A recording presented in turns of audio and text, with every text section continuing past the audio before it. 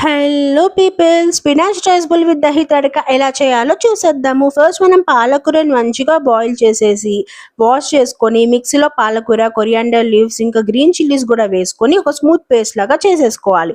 ఇప్పుడు కడాయిలో బటర్ వేసుకొని అందులో జీరా, పెప్పర్ పౌడర్, గార్లిక్, ఆనియన్స్ కూడా వేసి సాల్ట్ కూడా వేసుకొని ఒక 2 మినిట్స్ ఫ్రై చేసిన తర్వాత ముందే పేస్ట్గా చేసుకున్న పాలకూరను కూడా వేసుకొని ఫ్రై చేసుకోవాలి. ఒక 2 మినిట్స్ తర్వాత ఆయిల్ అనేది పైకి వస్తుంది. అప్పుడు మనం బాయిల్ చేసి పెట్టుకున్న రైస్ కూడా వేసేసి మంచిగా మిక్స్ చేసేసుకోవడమే. రైస్ బదులు కినోవా వేసుకుంటే ఇంకా హెల్తీగా ఉంటుంది.